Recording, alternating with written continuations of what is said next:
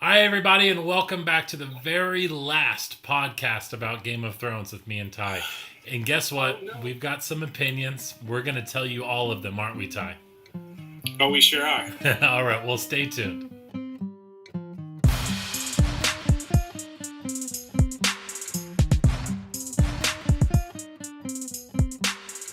All right, and thanks everybody for tuning in. This is a big one. This is the last one, Ty. So, Yeah. yeah, we're gonna get Finally. in. We're gonna get into our thoughts. We're gonna get into our criticisms. But unlike the rest of the world, I wanted to start off by being positive. So before we get into the criticisms of the show, let's say one thing we loved about Game of Thrones. Necessarily, if it's this episode or the show or what. What's one thing that we loved? The ride, man. It's not about it's never about the end game. It's about the ride that it takes you to get there. And I think that we had a really awesome ride. And if you add up all the episodes, even if you're mad about season 8, come on, man. It's still better than any TV show has ever been, as far as the ratio from good to bad. So you can't be mad if it didn't turn out the way you wanted because you just had a great time. So why don't focus on the bad? It was a great ride. And it may never, ever happen again. So just the whole ride, man. I agree. It's funny you say that. It's getting compared to Lost a lot, and Lost was my favorite show, and it was a collective experience, and the ending for Lost was worse. I will give it that. But when people always talk to me about Lost, I always compare it to like your first really important relationship, whether it's in like college or adult relationship with a significant other. Like you really loved that person, and at one time it was amazing, and then it ended. It might have ended horribly or unfulfilling or not what you wanted, but like you've learned to look back on it and be like, no, that made me a better person. There were some really great highs, and yeah, it ended on a low, but I'm still will be better off for it. And so yeah, that's I kind of am right there with you. This It was an amazing experience, and it gave us some unbelievable performances. It gave us some really talented writers, despite what petitions are saying, and a lot of good. That's so stupid. I know a lot of good will come from this show. A lot of good has come from this show. It's We're all better off for it existing. So all the people that are saying what a travesty is should just shut up and then find something better to use your energy in disgust with, because there are much more important things we should be rallying together to fight and not wanting to rewrite a television show. So And that's we, my we got stand. introduced to all these amazing actors and directors and cinematographers that otherwise we may never have been introduced to. I mean, they didn't come into the show with a bunch of name actors. They went from the ground up, and now these are household names. Like these are people that you're going to see for a while now. Mm-hmm. Like we're not going to have any of that Friends curse going on. Oh, Now I guess you can't say the Friends curse anymore. How old am I? The Seinfeld curse. That's what I meant. The yeah. Seinfeld curse. You can't say that anymore either, right? Yeah. Wow, they all got successful I again. know you gotta. You could probably say Lost. There's really, I The mean, lot, no. we've got the Wasp, The and that's girl, it. That's it. Kate. That's Who else? Who else is Kate. big from Lost? Where's Matthew Fox? Where's Sawyer? Where's Claire? Matthew Fox, he had the. Oh, Claire. Oh, I loved Claire so much. Where's Walt? Well, that's the question. Walt! Walt, where are you, Walt? Yeah, I think Where's she's Michael? the only one that's came from that. I mean, John Locke's got his little like Blue Bloods criminal mind show, and Oh, yeah, that's true. Sawyer had some movies. Where's Desmond? I don't know. Oh, Desmond. Penny. Benny. Penny, don't. It's not. I forget. What was the note that he said? He puts it on the window at the last. Not Oh, Penny's Lost boat. was so good, man. Not Penny's boat, Oh, buddy. All right, we was are so good. off course already. Okay, so let's get into this. Let's get into. You want to give your thoughts first? You want me to give my thoughts first? Go for it. I want to. Okay. I'm really curious. I think you already know my thoughts. So I'm really Well, curious. they don't. They don't. Or people don't know. So, I for the longest time I was so thrilled for this season to happen. There was some stuff that happened in the past few seasons that made me kind of wonder, but at the end of the day I still was anticipating this greatly. But as we kind of got worn down by the critical reception of people on Twitter, I started to kind of grow like a disconnect from the show a little bit. And even on Sunday night, I wasn't as excited and like anticipating as I thought I would be. And then the show started, and I was kind of really captivated by the stuff that's going on with Tyrion and those like the episode was good in terms of writing and everything. But when it Oh, yeah. was over and the things that were happening, like when the credits rolled, I felt nothing. Like I didn't feel anything. Like I wasn't crushed or heartbroken or adulated or anything. And I can't say that I hated the episode because I definitely didn't. There's some really great stuff in there, some incredible shots. The dragon behind Daenerys is just like that's going to be the lasting image of that show. It's incredible, cheesy but beautiful. But Yeah. I didn't love it, so I didn't hate it. I didn't love it, and I figured out why, and it's because the massive things that happen in the show to the characters, I they weren't earned, and I didn't really feel like the worst thing that happened was Danny getting killed or maimed. That happened so quickly, and we are supposed to hate her now, and it didn't. The hate wasn't earned, so she wasn't a villain to where we should cheer her death. But we also just kind of got this disconnect from her, so we can't be sad. Like I got sad about the dragon, but it wasn't like I didn't feel any emotion behind it. And then the stuff with Jon Snow is just ridiculous. I hated it. There's a million reasons. So I'm like, and that's a big turning point in the show. Like the only person I'm happy for is Sansa. Sansa earned everything, which is really crazy because that was not our favorite character a few years ago. But that was the one they handled the best. But just everything else was just I didn't feel it. I didn't feel anything. And that's a really sad thing after you make a 10-year commitment to a television show or an 8-year commitment. It's kind of weird to come out so. Well, and I didn't really feel that kind of like sense that something was leaving me when I saw the credits rolling. Like usually when you're attached to a show or you saw a big series that comes to an end, you kind of feel like this like a part of your life is coming to an end. And I should have felt that too, but I also didn't feel that. That being said, I actually liked the episode. I think that there was a lot of good things to take away from it. And, I think we get too caught up in criticism. And I think that Twitter and all these things are really the death of good criticism. It's just we come from a police family background, right? Your dad is a cop. My parents are cops. And they'll tell you that you don't let witnesses talk to each other before interviewed by the police. Well, when you have Twitter, what you're doing is you're having a bunch of witnesses who witnessed this event talking to each other, and they're kind of collectively deciding what they saw without actually forming their own opinions. So they're just kind of doing this like cattle collective kind of criticism of things. And I think if you take a step back, it's actually a pretty good episode. If you think about it, like, Bran sucks. I know you're mad about Bran, but who else in the series could be sitting on the throne that makes sense? Tell me who. Tyrion can't do it. Nobody likes him. He even said it himself. Nobody wants him on the throne. Daenerys is crazy. Even if she wasn't crazy, she's not a good ruler. She never has been. Jon Snow's a zombie, right? So I mean, it sucks, and it sucks that we got to that point. And maybe we should have gone back 5 seasons and written a better succession to the throne. But they ended things the way that they had to. I mean, they had an unbelievable task ahead of them. They had 2 years to wrap up this series, and let me see you do it. I would like to see anybody do it better than they did. No, because I couldn't. I'm in full agreement there. I think we're in a sort of hot take culture where everyone's in a race to be the first person to have an opinion or say something that gets traction. And so I think overall, the reason why people were so unhappy was because they didn't want the show to end. And if the show had to end, they wanted it to end perfectly. So whenever you have something that's being rushed for no apparent reason, that no one can explain, that no one's really coming out and speaking their mind to, people are going to get upset. But the level that people are upset is ridiculous. You're right, because it is basically taking something that people loved and thought was brilliant for 6-7 years and throwing that to the side and basically crapping on that accomplishment just because it's not giving good fan service.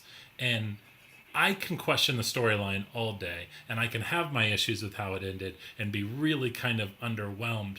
But at the end of the day, it's like we said, how we started this, I'm so happy that existed. I so loved it. It was so worth my time, and I don't regret a single second that I spent watching that show.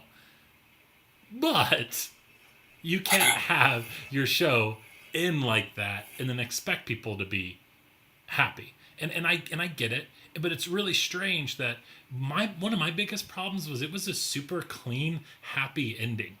And that's not Game of Thrones. But the super clean, happy ending they chose wasn't necessarily like rewarding by any means.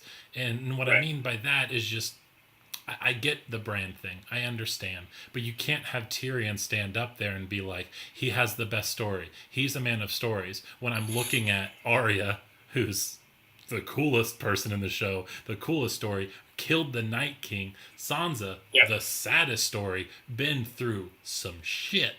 Like, serious. And then even Sam, even Tyrion, I know he doesn't want it, but like, you can't just be like, yeah, Bran's just been sitting there like half stone, sedated, whatever, and he knew he was going to be king, so he's just going to wait it out, even though millions of people are going to have to die. Like, you can't tell me that that is going to move people. No, and let's be realistic. Like, I had a big problem with Bran on the throne because if you think about a realistic setting, who's going to follow this king? Like, you have this guy who can't walk, and I know that we live in this modern culture. It's like, yeah, me too. Everybody can do anything. Like, everybody has power. But think about these times. What they're seeing is a weak king who can't even hold himself up. And these are the same people that were just killing each other like a season or two ago. There's no good people in Game of Thrones. At the end of this episode, you have this feeling like, oh, only the good people survived. And all those Cretans that were like killing each other over sex or brothels and that stuff, well, no, they all got killed off in the war. No, they still are around, and they would never follow Bran. They'd be like, who is this guy? No. What, he turns into a raven? He's a tree? What is he? And Bran himself, 2 episodes ago, said, oh, I'm not Bran anymore. I'm the three-eyed raven. Well, if you're not Bran anymore, then what are you doing on I'll the take throne? that. Get out of here. I'll take the throne. Yeah. Like, oh, that's convenient. Yeah, what? I would rather given it to that guy that stood up at the beginning. Yeah. Yeah, no, my big problem through these episodes were some of the choices of I have a lot of problems with the writers. I still think they're great. Oh, yeah. But one thing that I can't understand is the moments of the show this season that they chose not to show. And my first one was the one where Arya and Sansa find out who Jon Snow is and his lineage and how he's the real king. They never explain why we don't get to see their reaction. Pretty sure that would make captivating television, but they didn't show it. And this episode... Or their conversation, like, in private, if they had approached him in private and said, listen, John, like, what are you going to do? Like, you're the king. Like, that would be great. That's great TV. Exactly. In this episode, I had a huge problem of us not seeing what happens after Jon Snow kills the queen. Like, there is no frame of 30 minutes were missing somehow. Like, somehow he's just going to go out after being in a room with her in front of all of the Unsullied who are sworn to protect one woman, and then a bunch of crazy ravages in the... Yeah, like, you're not going to have like logic that says, I'm oh, kill he a just got out of cockroach it. while you're talking. Yeah, like, I don't, it's not, he's going to go out there and be like, oh, you see, I'm the rightful king. Here's who my dad is. Here is who my mom is. So I can kill whoever I want. And then, so instead, that's just left out. And then we're supposed to just see him a few months later and be like, oh, I bet Grey Worm is pretty understanding. And he said, oh, we're just going to lock you away until someone else comes and decides what to do with you. I don't think that that's how it was going to go down. No, and I didn't understand the time jump, and I didn't even know where we were. Like, all of a sudden, like, it's not snowing or ash or whatever that was. No. We're in the middle of, like, summer in this weird, like, meeting place with everybody. I'm like, when are we? What happened? Did I this much skip beard? over 30 minutes? If my beard went this far, that's how long much time has passed. You just judge it by the length of 6 beard. months? Yeah, I guess so. And I didn't understand that either. And Grey Worm, like, he has no loyalty to these people. If anything, he would want to kill all of them. So why would he just be like, yeah, you guys pick a king and I'll do whatever that guy says? Makes no sense whatsoever. I like Grey Worm, and I think he's great, and I'm really proud of what they've done with that character. It's really impressive to see where he started to where he got at the end. But there needed to be some sort of battle, some sort of showdown between him and Jon. Perhaps you have, like, I don't, if I would have done it, I would have had Jon Snow and Grey Worm get in some sort of battle, some sort of fight, and then Jon Snow kills Grey Worm, earning the, like, loyalty of the Unsullied, so they have to follow him because he's their leader. And then you get to some sort of decision where Jon Snow is deciding whether or not he wants the throne or not, and then he comes to some sort of conclusion that he doesn't want it because he's the rightful heir. And some guy that leads the Unsullied army doesn't get to decide if he's not king or not. Okay, he killed his crazy ass aunt who had not a rightful claim to the throne and murdered a lot of innocent people. He had every right in the world to kill. So the throne's his. It's not his decision to make. So there should have been some sort of scene where that's established, except it wasn't talked about by anyone. It was never brought up. And then what would have been interesting to me is Jon Snow being there with Tyrion and Jon Snow saying, "No, I don't want this. I don't want this." Okay, then what do we do? I don't know. You pick who runs it. And then it goes to Bran. Everything would have been tied up a little cleaner to me. Still wouldn't have been excited about the Bran thing, but it would have been something better. Or Sam's like democracy speech, like maybe the people should vote on a leader, and the people can vote on who would take over, and that would be just. No, it was awful. What are you talking about? Stop preaching to me. Who wrote this? Oh. I don't know. Man. We know who wrote. You love the writers, remember? I know. I was actually impressed with what they did because I thought it was going to be like a lot of fighting and stuff, and then as we got really far into the episode, I'm like, that's why they're directing because there's no battle scenes. We already dealt with it in the last episode. Now we're just kind of wrapping things up, which makes sense. Yeah, those are the aspects of the episode. This was a very, very heavy Tyrion episode, and I liked it. I love it. And you just give him the reins. Bring us home, Tyrion. And even that speech where he's pitching Bran to people, which is kind of weird that they let a prisoner who just was accused of treason for his queen decide who the next king should be. But whatever. Right. I would let Tyrion choose the king any day anyway. But he did well. And his reasoning, even though I think it's flawed, it made me not throw up my arms and be like, why? But he's the only character who could have done that. And his words are the only way that could have made that somewhat acceptable. I think what they were doing is like, you got into this kind of issue where they're thinking about sequels and like, how much money can we make on the tail end of this thing? And so I think that's why we didn't see things wrapped up kind of neatly in a package. Mm-hmm. I think if we could fast forward a month into the world of Westeros, war is going to erupt again, I think. There's no way that the kingdom they set forth right there could sustain itself. And so, I don't know, man. I just think that they should have killed off everybody except for maybe Arya. But I called this Arya thing, what did I say? She's going on her vision quest, and this Sansa independence in the north, I called that. Yes, you did. I thought for sure that Brienne was going to write in the book, Jaime was this great guy and also son of little Brienne of Tarth. And then you're going to find out, they had a baby or something. But I'm glad they didn't do that. So little too cute. Yeah, no, they tied together well. I did enjoy, my favorite thing was John being reunited with Ghost and just absolutely serving it to every single person that was furious about him leaving his dog behind. Calm down, internet. Just calm down, please. No, there were good aspects of it. And I am, though I wish there was a lot more that would have been taken into slow motion and stretch this out a little bit. The end of the story is about what anyone could ever really hope for. I couldn't write a better ending. I know I tried to with the Jon Snow thing, but that's because I was given all the other pieces, and it's very easy to kind of, in hindsight, be like, just move this piece here, and it's better. But at the end of the day, it is what it is. It was a good episode of television. It was a fine season of television. It was an amazing series of television. Yeah, and I think that, we need to give the writers a little more credit. Like I said, they had six years of source material to write off of, and that's why it was so good. But then these last 2 years, they had to kind of go off on their own. They had a rough idea of where to go, and they did a really good job. I mean, with Lost, you had that last season. Tell me one memorable episode from the last season. You can't. I'm done. But when you talk about this season, you had the Battle for Winterfell, which was awesome. Yeah. And then you might not have liked the Bells, but you're going to remember that episode for the rest of your life. Yeah. And there was a lot of good, memorable moments in this. So you can't say it's all bad. It was actually pretty decent. It was a good, if it was a football season, they're 10-6, right? Why not? Yeah. It was a good season. It's a winning season. It's a winning season for my kind of football teams. You're a Patriots fan, so I'm sure you'd be disappointed by that. Well, more rings than you got fingers. What can you do? Every time. Okay, so we're going to stop looking back at the back. I think we touched on everything.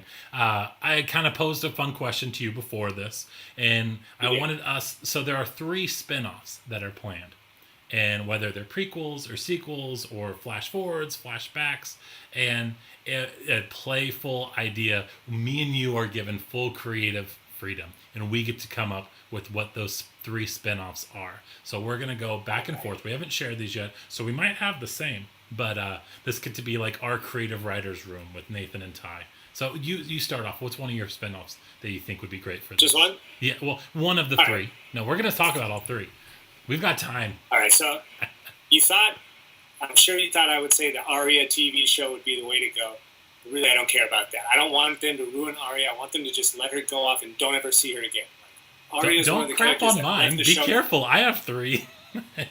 Oh, sorry. No, I felt like she's one of the last characters that was kind of intact. Like, they didn't really mess her up a little too much. Sansa, kind of the same way. So I don't want any of that. What I want is oh, man, I was thinking like an animated TV show.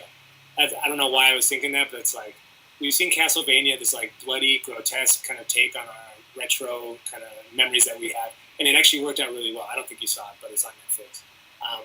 And we've seen that like Japanese media can take these dramatic stories and tell them in an animated format. Game of Thrones should push the medium more and try to do it in an American format. Like, give me an American animated show that's got dramatic peaks, that's not cheesy, that's not Avatar, that's not some dragon prince or whatever.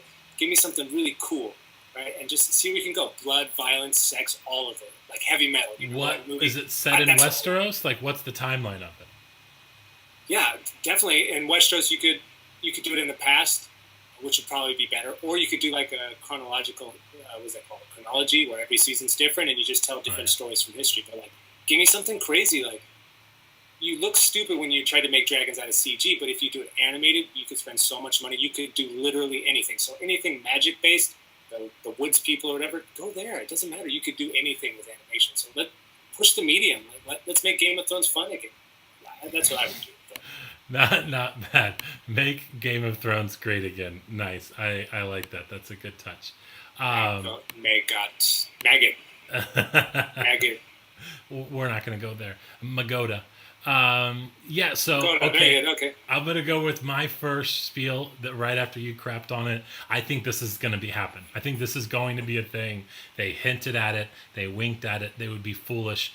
Everyone's favorite character, or at least in their top three, is Arya. Everyone loves Maisie Williams. Everyone loves her. You got to ride that train. That's your cash cow. HBO is probably saying, you have to make this show. We have to have something. So yes, it is going to be west of Westeros, Arya's pirate quest. There's potential here. I think you'd have to completely buck the whole system of Game of Thrones in terms of the kind of mythology and fight for power, and just basically make like almost a John Wick show or something just violent and intense and like uncharted territory to where you can learn whatever. This can go into the paranormal. It can go into like alien style stuff because we don't know. So that world is limitless. So that's captivating to me. I think it's interesting. Ride that train out because I think that's probably going to be the most potential of anything.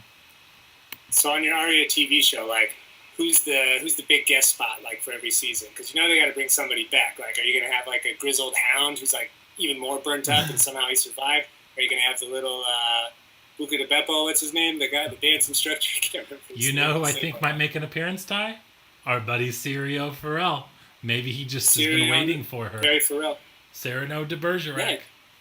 Because they spent so much time on that mythology with like the no-face people and all this other stuff, and it's like it never paid off. So it's like maybe there's more to be going. I know that there's a spin-off book that has already been published, right? And two of the series are supposed to be based on that. So read that book. That's a big thing. She never changed faces. She didn't really use any of the skills that she learned in that season, except for like one scene in a library. Like, there's more. There's more there. There needs to be. All right. Do you have another one, or was it just your animated? No, I had heard that they were going to go back in the past, and so what I would really like is give me some history on Westeros. But I don't want like that. I don't want any more of the Targaryens. I don't want any more of the Baratheons. I don't want any of that. Give me something on the west side. What's the west side? Across the ocean. I want to know what happened in like these slave countries. I want to know what happened to them, the Dothraki, like way back in the day. That's what I want to see. I'm tired of Westeros. I want to see west, like you said, west of Westeros. Yeah. But I don't want that Arya Kung Fu: The Legend Continues thing where it's like her teacher pops up every once in a while, like, oh, Kimosabi, like you learned a lot, like you really know how to use Needle, which is a blatant ripoff of Bilbo's sword, but that's cool. Like I don't want to see any of that, and I want more monsters. I want some I just want some crazy stuff, man. I want something scary. I don't want this drama stuff. I've got something for you. I've got something for you in the scary, but I'm saving that one for last. My next one, I want a wildling show, and I want it to be a full-on comedy style, like almost borderline Evil Dead 2 Army of Darkness. Like just you can bring Tormund back, but there's just a lot of like just funniness and scavenging, and they're terrible people, almost kind of like What We Do in the Shadows, but just go in their culture, completely get rid of like the whole mythology of the White Walkers and all that, and just let's see who they are. Like let's take a look in to what it means to just be, a savage. And I think that just make a comedy. Go as far away from that dramatic overtone and then embrace the humor. I like that idea, actually. I would watch that. I got one for Ty. Yeah, all right, yeah. Wildlings. But no, don't bring in Steve-O or Bam Margera or anything. No, a little bit before their time. All right, your last tone one? It down, like have a real independent feel, right? And kind of just like not a big budget, just like them wandering around the snow and like, yeah, I dig it. Bring it. Green light. Good. Your last one. What's your last spin-off? Oh, man. Okay, so it's not really necessarily a spin-off as much as it is like a merging of two worlds. I want the Westworld and Westeros combination. I want to see Westworld season 3 or 4, and they go into Game of Thrones world and find out that Game of Thrones is all a simulation. I know it had been talked about it. People had talked about it before. Let's do it. Why not? Just screw it. I want to see them combine worlds. Why not? We do it with everything else now. Avengers. Why not do it with HBO titles? Bring it. Westeros and Westworld. Westeros world. I am all about an Ed Harris versus Peter Dinklage acting. Yes. It would be good. No, that's interesting. All for that world. Bring everybody. In the scope of Westworld being simulation, I think that's fascinating. That's really the idea that they should just, when they just run out of ideas, just have them simulate into different settings of HBO shows. Be good. They just show up with like Sex and the City, Carrie Bradshaw, and they bring her into like a meeting with Cersei. She's got her martini. Cersei's got her glass of wine. This is brilliant. All right, now you're gonna go Carrie. This is not a Ricky Gervais vehicle here. It's possible. All right, my last one. You ready for my spinoff? Bring it. Story time with Bran, but it's like a Tales from the Crypt kind of thing, where it's just Bran sitting around with a bunch of children and him telling stories of like past things that have happened. But with this, you can delve into all the mythology of the White Walkers, of the Children of the Corn, of like the dragons, but it's like flashbacks, almost kind of anthology like what we were talking about. But it's just one episode. Yeah, and it's all like each episode is its own kind of bottle episode of a story that you can go really deep into that history and learn. Like, okay, who was the Mad King? How did that happen? And you have like a 1 to 2 show arc of that entire story. Or like we can see Jon Snow's parents come to be, different things like that. But then you can also get into really crazy stuff with monsters and different things, different ideas in that realm. I think that'd be good. Tales from Bran, yeah, I guess I would watch it, I guess, for a couple episodes. I'd give it a shot. It's got to be better than Joey.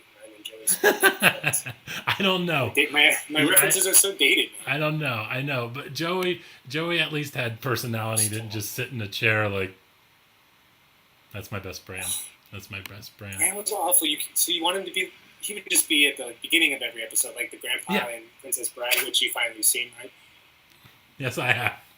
Way to call me out. Yeah, I feel like we could maybe swap Bran for like maybe the wildling lady that told him stories when he was a kid, that kind of thing. Like she was good. She was good. I don't know, but we're just spitballing. That's our elevator pitches. I think we're onto something here. So if HBO, if you're listening, you can get a hold of us. Subscribe to the YouTube channel. Write in the comments below. You can get a hold of us. You don't have to subscribe. Just call us. That's fine. Actually, you know what? Don't care. That's good. All right. So I think we're going to wrap it up. Is anything else you wanted to talk about Your thing. What's the thing you're gonna miss most about Game of Thrones? I'm gonna miss just kind of the tradition because for me, it's not a much. It wasn't as much about what happened. It was just kind of like the tradition. Like this time of year, there's Christmas, there's Easter or whatever. Nobody celebrates Easter, but there's Christmas, there's New Year's, there's Chinese New Year out here, and then there's Game of Thrones, right? And then Game of Thrones goes on. You have like the Super Bowl. This is kind of this thing, and you kind of plan out when you're gonna watch it with people, especially being overseas. Like I'm gonna miss the kind of the way the bonding that comes with other people through the show. Not as much the show, but just like the experience of having a show together with the whole world, because that doesn't happen a lot. Yeah, no, I agree wholeheartedly. I feel like it's kind of been like a really a thing that's happened between us. It's kind of kept our friendship going. From we see each other every year at It's the only Sundance, but thing. not now. Now we've got a podcast to put on YouTube. But it's like we always kind of would gather around and then spit back and forth theories, ideas, and it's that collective experience that's kind of gone missing now with a lot of shows going to the all-in-one and people kind of moving away from chronological series that are just week by week. And it is kind of disappointing that that's gone.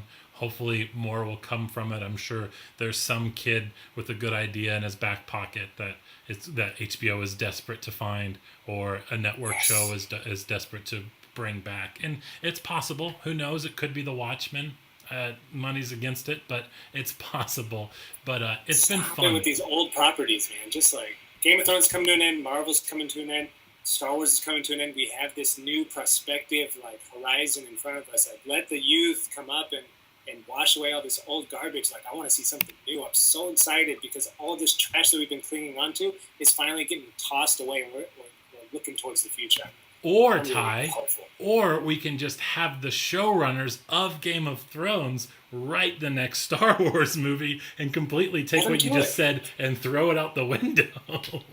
I mean, listen, I think I'm actually fine with that decision. I think putting them, they're the most qualified people to handle the Star Wars franchise, honestly. And think about it, like they're not going to be writing stories. Star Wars has always had a rich array of writers to pull from. Like from, what was it? Not Anthony. I can't. Anyways, they've had a bunch of science fiction writers that have written like the books, the novels. They have all of this stuff to pull from, and even before the extended universe or whatever they call it now. So I think it's great. That's the environment they thrive in, is having other people write good stuff material. And then kind of like navigating through the stuff. I think it's going to be great, and I think people should be excited about that and not try to petition to write a new season 8 because that's stupid. Game of Thrones doesn't owe you anything. Get a life. Sounds good. So I want to mention one thing, because I think that's kind of what our podcast is going to turn into, is us talking about movies that are coming out and news that breaks. Did you see the story of Chris Rock doing the next Saw movie? Like being the creative concept behind the next Saw movie? Chris Rock? Yes. Yes. I love Chris Rock. I have nothing against the man.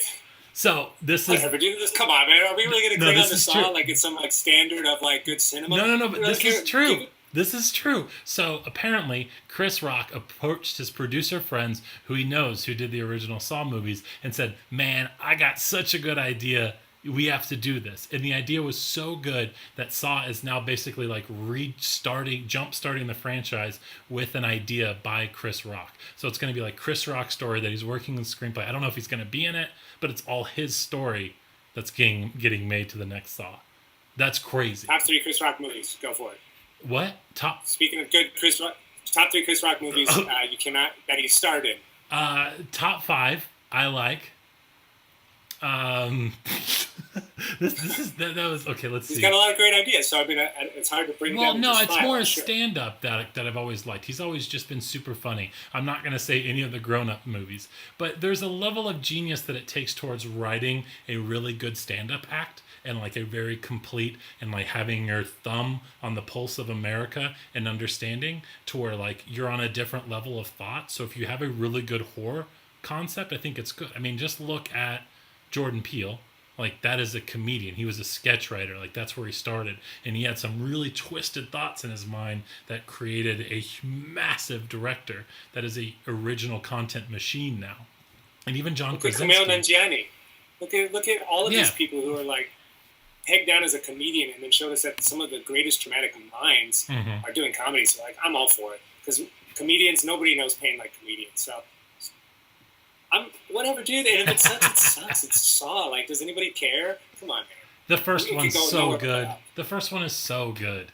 It was And good. it's what it is. All right. Okay. I don't like torture porn, though. I don't like it either, but that one wasn't really torture porn. It was more like twisted and like intense mind playing games. Like there wasn't that much blood in it. It was good. It was good. But then the rest just got off. Whatever. Okay. I guess. But what about the Are You Afraid of the Dark movie? You don't even talk about that? Like Well, we could say that. We could say that for another time. Is Jack screen. Black in it? Is Jack Black going to be in it? I hope not. Please. Don't pull that Goosebumps stuff on me. Okay. All right. Well, David Benioff, DB Weiss. I don't know if that's the actual names or if I flipped them. Weiss, is it Weiss or Weiss? It's Weiss today. Thank you, guys. Like, I'm sorry for all the criticism. I'm sorry that we can't have nice things and we like to just attack things because we're given a platform. But it was great. We appreciate it. I know we bitched just like everyone else, but you did great. We'll forever be grateful for you, and we know there's a lot more to come from you. That's for sure. Unless you did something like crazy that somehow comes out in like 3 years, and then we just take Game of Thrones off the air and pretend like it never existed. Like, thank you so much. Fingers Please, crossed. I hope you didn't like do anything bad. Please, please don't tell me you harassed women or touched children. Please, because I really like your show. Thank you. Fingers crossed. All right, Ty. Yeah. Thank you so much. We'll get together probably next week. We'll be back out there. We're still going to pump these out. Oh yeah. All right. Well, thank you guys so much. Hope you enjoyed the finale. Let us know what you think in the comments below, and we will be back. See you.